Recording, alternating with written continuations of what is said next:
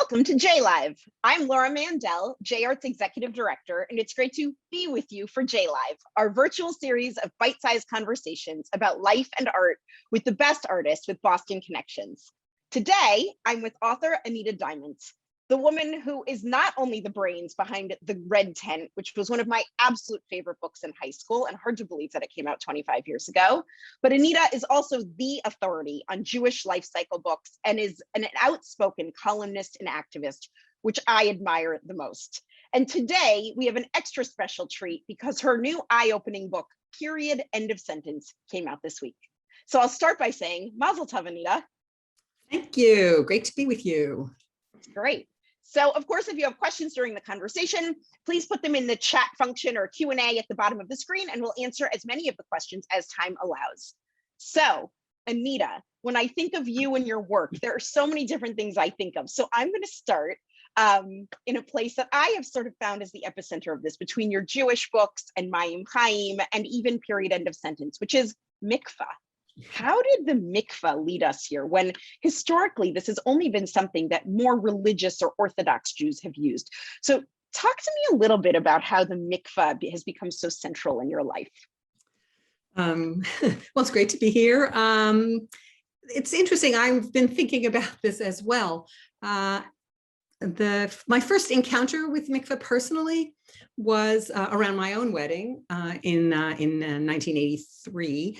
And there were really no books on the shelf that spoke to me as a feminist, liberal Jewish person in the late 20th century. So I had been looking for a book project, and this was my first book. And that's where I first encountered mikvah, because it is a place where brides go traditionally before their wedding. So I learned a little bit about mikvah for the first time. I actually went to the mikvah that was available in Boston at the time, and I felt like an anthropologist there. It didn't feel like a place that welcomed me or was built for me or thought about why I might be there. But I did it as research for this book that I was going to write about weddings.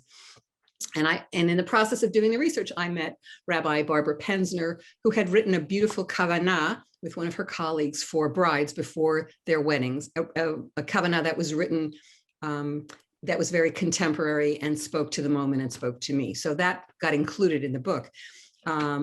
My husband of many years now also converted him at that mikveh that I went to as well. So I had a little bit of conversation with it. I also was the chair of the outreach committee at my synagogue for many years. So I went with people from my congregation who were converting at that same mikveh. And I always felt that they deserved a better welcome, a more warm welcome, a welcome that was very personal. So that was always in the back of my mind.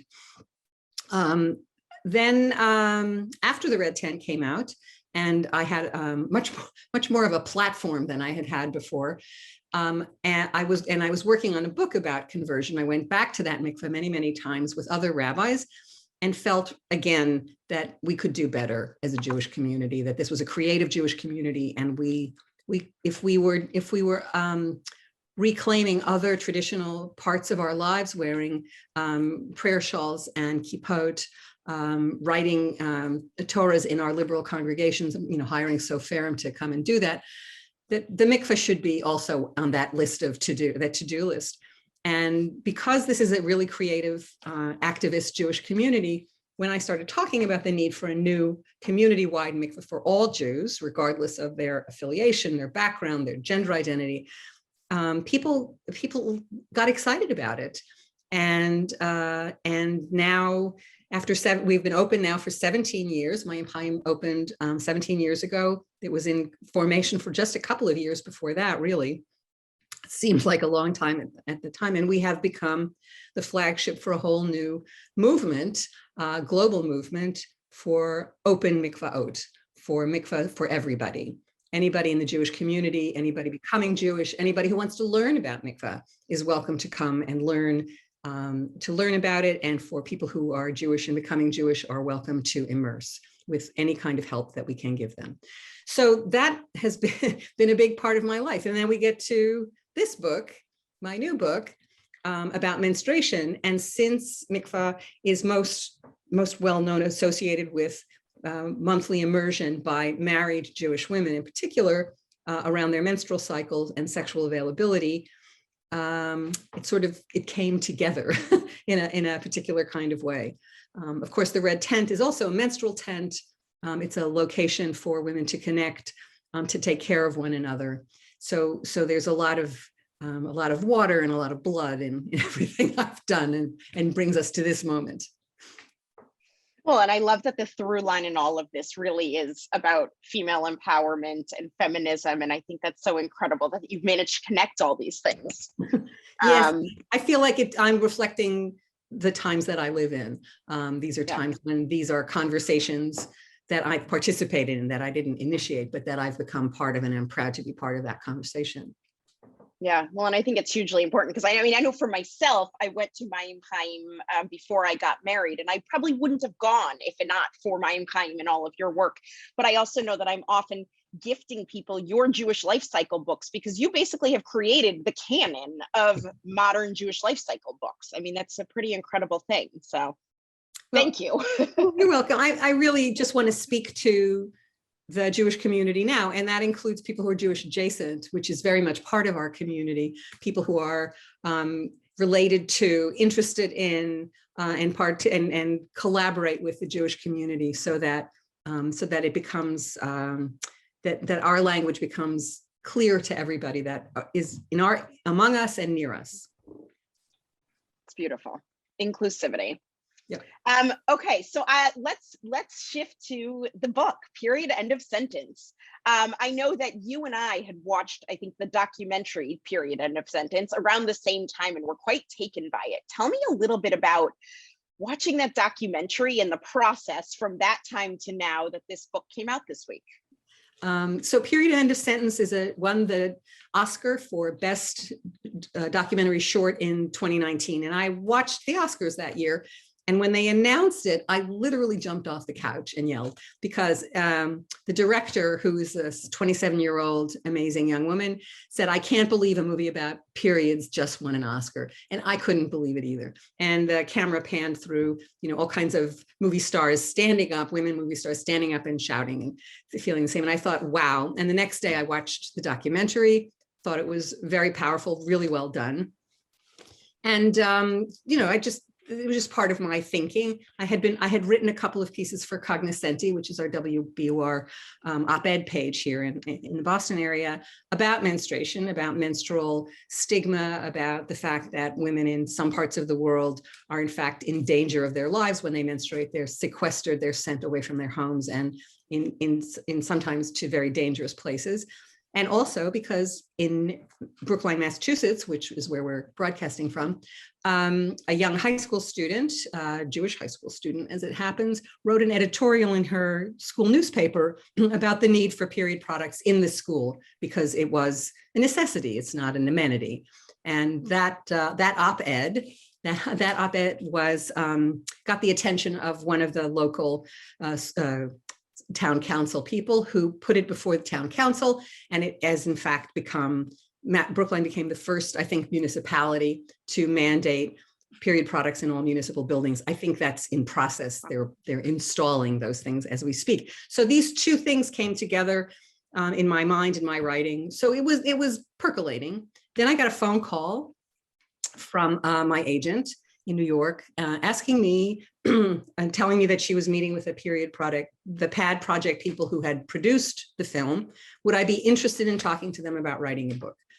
And I said yes right away, because the subject was very much in my mind. I wasn't making a commitment. I just wanted to find out what it was they were doing.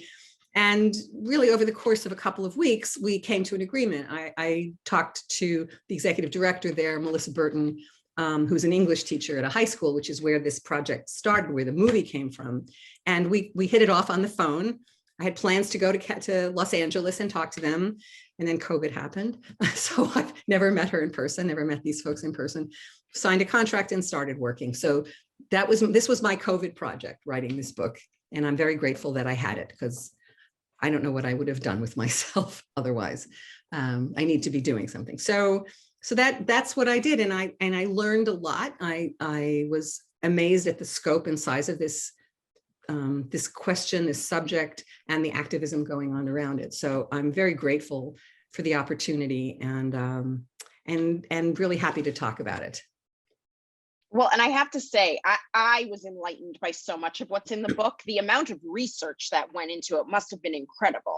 Yeah, and it's all internet based. I mean, I couldn't go talk to people. I did interviews with people on the phone, which was really important and enlightening. I have a small library of books about menstruation now, but really, I have a Google alert for menstruation attached to my email, and every day I got anywhere between 3 and 10 articles from around the globe, from India, from Africa, from Scotland, from South America, from all over the United States, about menstruation, about getting products into bathrooms, about injustices, about, again, about the real difficulty that women face around menstruation in all parts of the world, especially people without means, especially brown and Black people, especially poor people, people working in agriculture. And of course, then during this time, there was a really shocking visual in the United States when there was a young girl who was sequestered at the border, who was being detained at the border, young girl, somewhere maybe 15, who was in one of those cages and bled through her clothes. And nobody came to her aid. She was sort of stuck there. And that image, that idea, we didn't see a picture of it, just that story hit such a chord with so many women in particular, because so many of us have had the experience of being caught without what we need, of being ashamed, of needing to hide. And the idea of being locked up in a place and not being able to take care of yourself, not to being able to wash your clothes, not to have a clean pad, just hit people very deeply. And so there's been a lot of publicity that has raised up the very silenced and stigmatized fact of human life, which is menstruation. Yeah. Well, and I think it's interesting you talk about period poverty, which I don't, at least for me, was not a term I was super familiar with. And I don't know that many people are, because to the point of the book, this is not something that's talked about. Can you talk a little bit about period poverty a little bit more? Period poverty is many things. It tends to be associated with taxation on products and lack of access to products, which is really important. So if your family is on a very tight budget and there's a question about buying food and buying period products, it's going to go to the food. So that means that for people in those families, menstruation becomes a kind of a crisis. Can I go to school? Can I go to school and concentrate if I'm stuffing toilet paper down my pants? Can I try out for the track team? No. Am I going to do okay on this test? I don't know. Can I go to work if I'm really afraid that I'm going to bleed through and that's going to be the end of my job? I mean, it's just such a shameful prospect. So there's that kind of period poverty.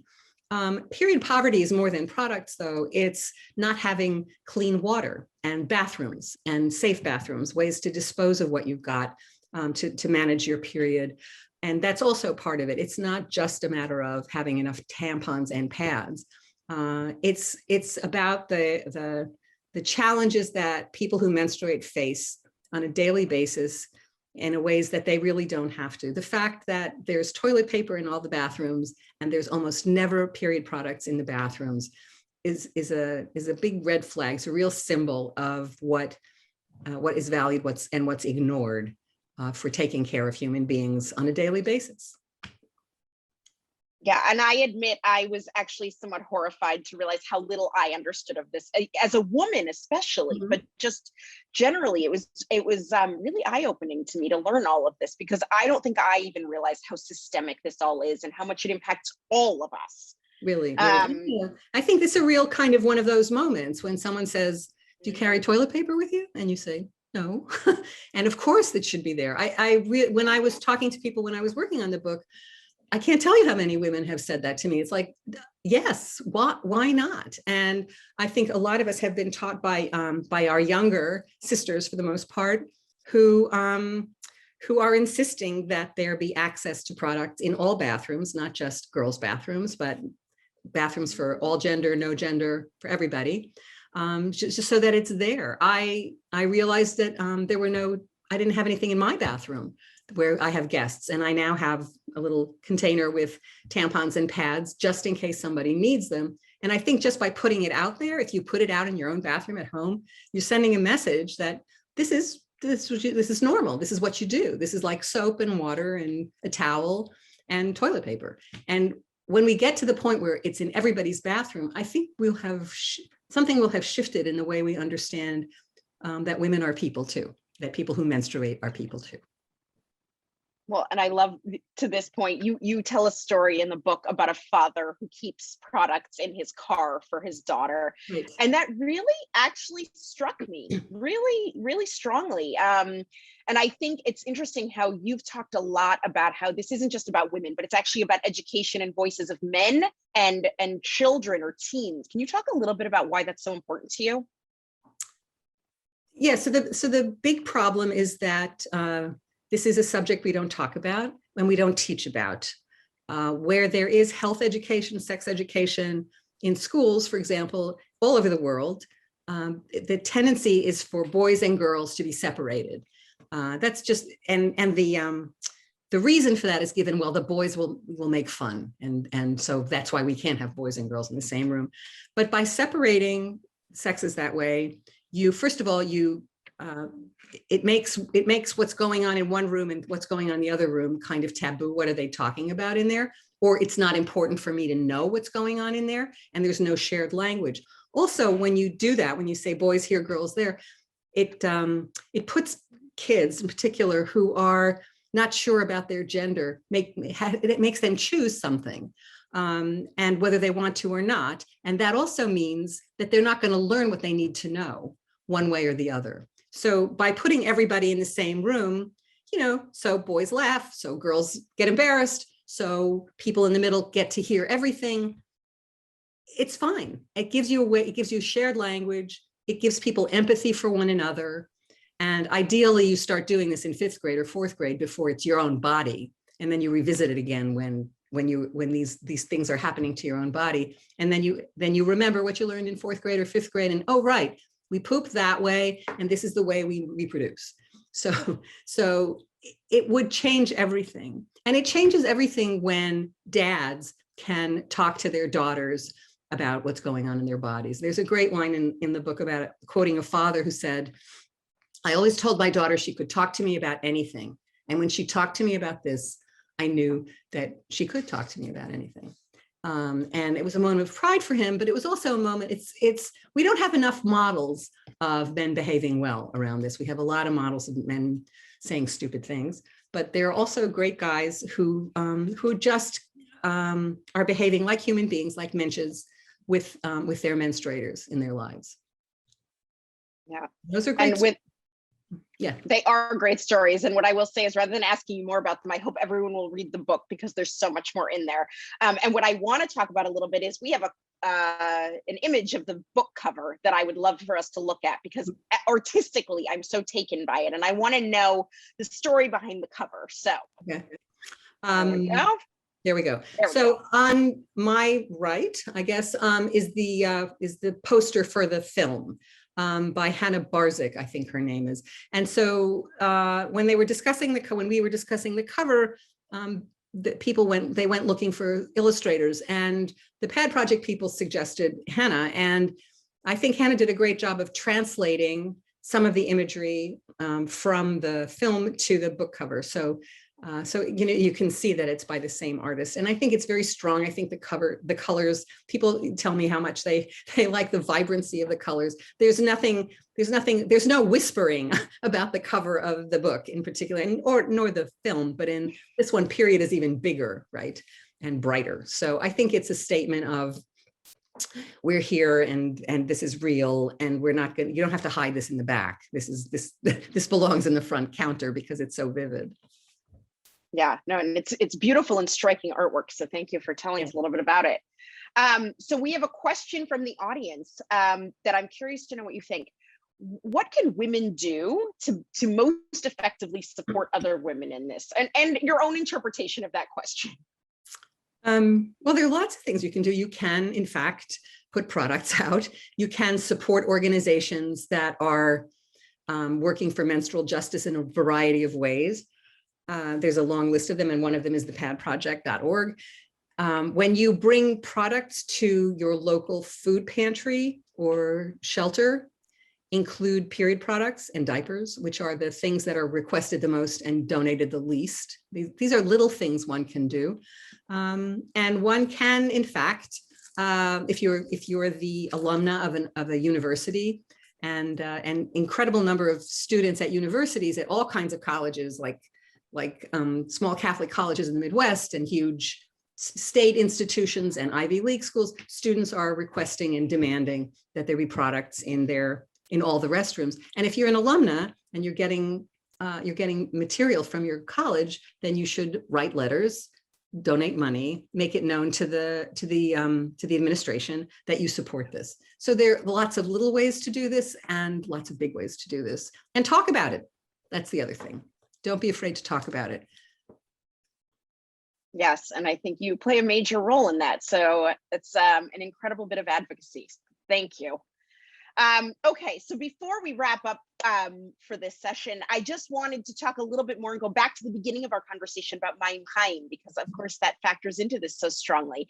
And I'm excited to see that Mayim Chaim, Living Waters Community Mikvah, is actually going to be expanding across the country.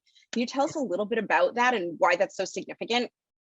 Well, I have to say, in our second or third year of being open, we held an international conference, and we had people from, oh gosh, many of the states, and we had from 6 countries around the world, and people were so interested to know what was going on here. So there was a lot of curiosity and energy. Several years ago, we started the open Mikvah, Open Waters, I'm sorry, a national organization in order to connect other mikvaot around the country who are sort of following the footsteps of Mayim Chaim. So we have now ramped this up, and this is now an international program, and we are reaching out and it's sort of a bit of a spin-off from Mayim Chaim, but Mayim Chaim is still in charge of it, and we will be spreading the word, encouraging mikvaot and people in other communities to create open mikvaot that are, again, wide open, that are not just for one kind of Jew, for one kind of person, for one community within our community, but that are really open and that are models of inclusivity and in every possible kind of way, that are open to people with all abilities, of all gender identities, of all backgrounds, whether you know everything about Judaism, whether you know nothing about Judaism and you want to learn more. These are also education centers. They're not just, they are not only and you know, at Mayim Chaim, the number of people who come to learn far outnumber the number of people who come to immerse. So we have the dry side and the wet side, and both of them are really important. And they add so much strength and beauty, vitality, and meaningful ritual to the Jewish community here. It's something we are very happy to be sharing and spreading and teaching around the world. And to the point of the dry side, I just have to give the shameless plug that, of course, we at JArts are the co-curators of the gallery that's in that space. And for those of you who don't know, we have been doing a series of shows that relate to themes around the mikvah. So some are Jewish, some are not. And what I love about it is totally inclusive. And as you said, you don't have to immerse to enjoy that art and to learn something. And I think that's really been a special thing for our entire community. So I'm just appreciative to be a part of that. Putting an art gallery in a mikvah, I think, speaks to the whole idea that when we have an art opening, for example, the people who attend are often other artists or friends of the person whose work we're showing, and they come from all over. They are certainly not just Jewish artists. So we welcome the larger community in to see who we are, what we're doing. We're proud of it, and we want to share it with the world. All right, Anita, it's amazing to me how quickly 20 minutes flies by, but I just want to say thank you so much for your wise words right now, but for your books that have really made such an impact on all of us. And please, shameless self-promotion. Please do, yes. I'm actually going to be doing an event with Dr. Jen Gunter, who just published the Menopause Manifesto for Brookline Booksmith next Wednesday.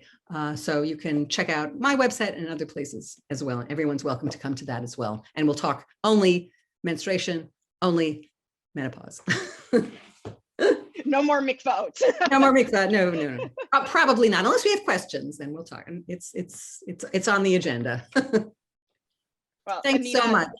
no, thank you. This has been really wonderful. I know we have plenty more to discuss another day, but I do hope everyone will go buy a copy of the book, check out other events, of course. And when the gallery at Mein Chaim reopens, I look forward to being with many of you. So thank you so much. Of course, if you enjoyed what you see today, please know that JArts programming cannot exist without generous community support from all of you. So please consider making a donation. And thank you, Anita. This has been wonderful. More to come. Thanks. Bye. Thanks everyone for tuning in.